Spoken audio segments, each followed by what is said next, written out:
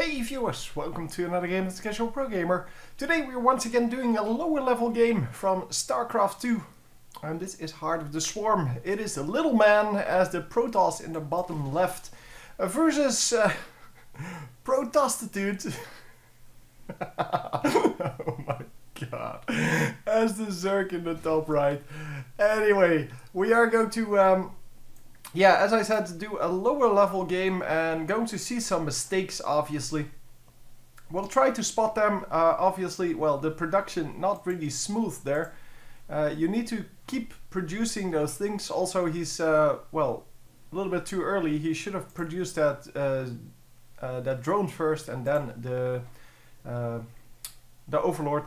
Because then with the extractor trick, you can actually get those drones out anyway. But yeah, it's not too much of a problem. We are at silver level here, so as long as you can produce up to like 100, I guess, then you should be okay in this level. Because it is all about producing those troops, and the person who makes the most troops is the person who's going to win. So we'll have to see. Obviously, normally Zerg can produce a little bit easier and a little bit faster and all that good stuff.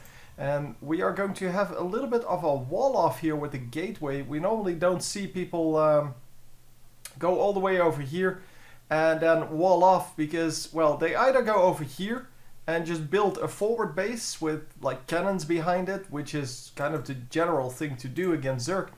And we already have an expansion coming up. Very good, very good.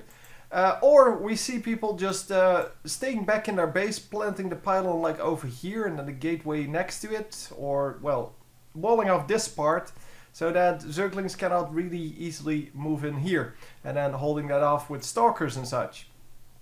Obviously, they have been watching some high-level gameplay, because otherwise, yeah, you're not going to do this kind of these kind of things. But yeah, well, all in all, it's not too bad. I mean, it doesn't really matter. It's just that if you send out a probe to here and then back, you miss about 16 minerals. And yeah, although that may not be a big deal, it's ×2. And if you do it for multiple buildings, or if you do these kind of things, then so that's now for 3 buildings. That starts to add up. And although it may not be like the worst thing to happen, it is still an advantage that you kind of just give away. And as you can see, the drone scout is coming in. He could actually try to, well, intercept the drone scout, but it's not really going to matter. He is going to have his zealot out soon enough. Oh, no zealot in production. Just building a cybernetics core straight up.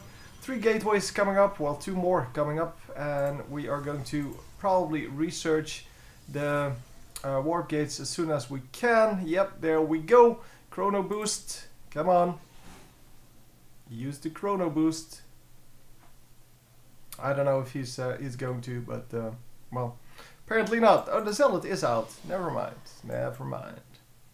I'm assuming that's his zealot. Yeah. Oh yeah, we would see that otherwise. So he did stop the drone scout. He has 1 kill, and that is excellent.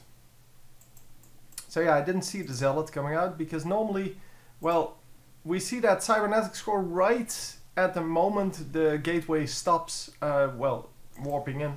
So the moment the gateway comes up, we see the cybernetics core going down, which is why, well, the zealot is normally not only the first one out, it's only the it's also the only zealot that you can produce before the cybernetics core is up. And in this case, that was not so. So not producing any stalkers yet. It's building some oh well, 1 sentry, I guess, and some zealots, but stalkers are really the way to go. But zealot coming up. On this other side, we already see the queens out. I don't know what this queen is going to do. But yeah, the zerglings are out. I really don't know what this queen is going to do. Is he going to run all the way across the map with it? Huh. He may actually be able be doing that. We'll see, we'll see. Anyway, he may also have just really pointed that wrong. No, I don't think so. He has 2 queens out. He is keeping up with the spawn larvae there, and yeah, he's just moving a queen across the field. So no speed out yet. We know that is a very useful upgrade to get, but yeah, with the lair coming up, you may actually just be creating some, yeah, there you go, creating some creep, I think, and then blocking these expansions from coming up, something like that. I don't know. Mothership core already up. It's really a pro thing to do by now. Getting the mothership core really early, and we will see if that actually pays off for him. Haven't seen it really pay off for people yet, but I guess that's because, well, I haven't seen that many things yet. Yeah, I don't know. We'll see. We'll see what happens. So yeah, the mothership used to have this cool ability. I saw here the time warp. I kind of hoped it would be the old ability, because time warp, or well, I don't know what it was actually called, but yeah, there goes the creep, and he's going to put a creep tumor on there, and yeah, going to contain with spine crawlers. That is something I haven't seen in quite a while. But yeah, normally people do that without this rush, but yeah, it still works with the rush. Or actually, it may actually work better with the rush, we'll see. So let's see if he how much he needs for the last one. Well, he can build that pretty easily. He has 750, and your highest priced building is, well, your hatchery, which is 300. So he should really just spend more, and this is exactly what I meant. The one who can spend most, so produce the most, well, of everything, that's going to be the winner. And currently the incomes will not be equal. Yeah, as you can see, 2 bases versus 1, and the second base is coming up, or is just up, and is starting to mine now. But he has been behind in income for all this time. But yeah, well, the Zerg player should be at 3 bases already. Really, you need to make sure that that you get that done as soon as possible. Those well, those additional bases, yeah, you need to make them work for you. You need to make sure that they can actually do it. And here come the swarm hosts. Really thought about this strategy, and yeah, these swarm hosts really need to group up with the rest, because they're not going to group up otherwise.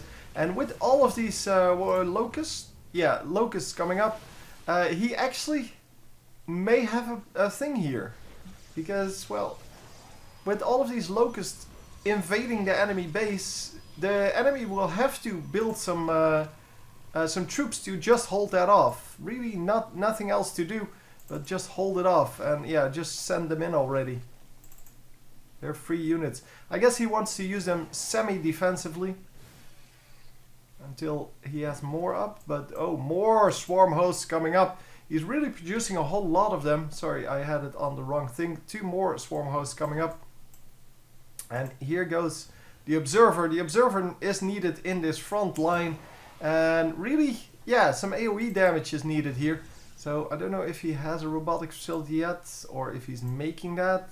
No, currently making nothing. He's making a Stargate though. That might actually work out, because a Stargate would actually be really nice here to take down these swarm hosts. And well, there's no defense to air units except for this one queen.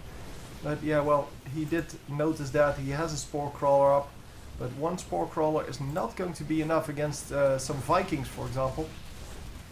This is a slow field now. That slow field used to be so cool on well, before the beta actually. They had that, and it was just insanely good. It would block all missiles, or at least slow all missiles, and you could just, well, run away, and when the fuel timed out, all the missiles would just drop to the ground. It was completely hilarious. But I guess they decided it wasn't worth it. Either it was too strong or it was not strong enough. One of the two. Don't really care which one. But yeah, anyway, the contain for now is pretty good. And why would you build an immortal? Did I really miss the thing, by the way? Oh no, you built it over here. The robotics facility, yeah, it needs to produce the colossi, of course, because the colossi are great against these type of units. Small units that that have little HP. Yeah, and he's just letting this, well, this enemy team just do free damage at this point.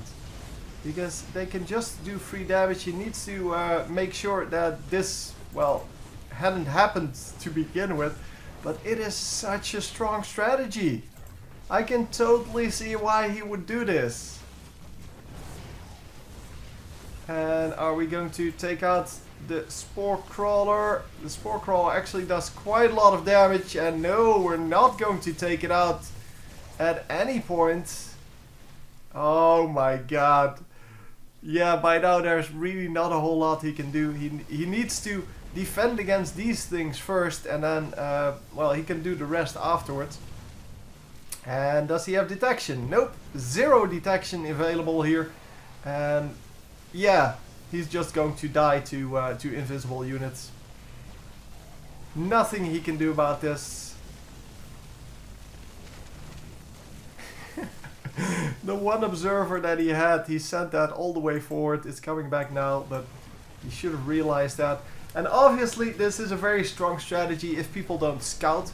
But if people scout and find your your little base that you built over here, you might actually be in trouble. But well, with no scouting coming out, it actually worked out perfectly for him. Yep, taking out the one base, and now the income will be hugely different, obviously. And well, no production coming out from the Zerg player though. He needs to produce more. He has 5,000 minerals, and I'm definitely going to try out this strategy now. I want to see how this works. But I guess it's kind of risky for the beginning, but yeah, once you get it done, you actually have a pretty strong defense. He needs to build some more Spore Crawlers though, because well, the air units are now going to take out everything, one by one by one by one. And yeah, they need to just take out these, because the spine crawlers don't really matter. And he needs some AoE damage, that would be nice. But no High Templar coming out, no... oh, Dark Templar, that would also have been good.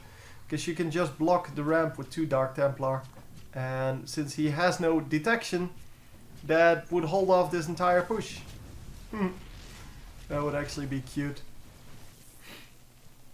But yeah, also enough cannons and things like that. So enough offense would have held off this... well, this army. But yeah, it's a very nice strategy. I definitely have never seen this, and it worked out perfectly for him. And now, of course, the anti-air defense is coming in, and now there's really nothing left to do but just to surrender. No production from either side, and yeah, he does have most of the things down, the swarm hosts. But it's not going to matter. The Zerg player is way too far ahead. So, he GG'd. Hilarious game. Hope you enjoyed, and I will see you next time. GG.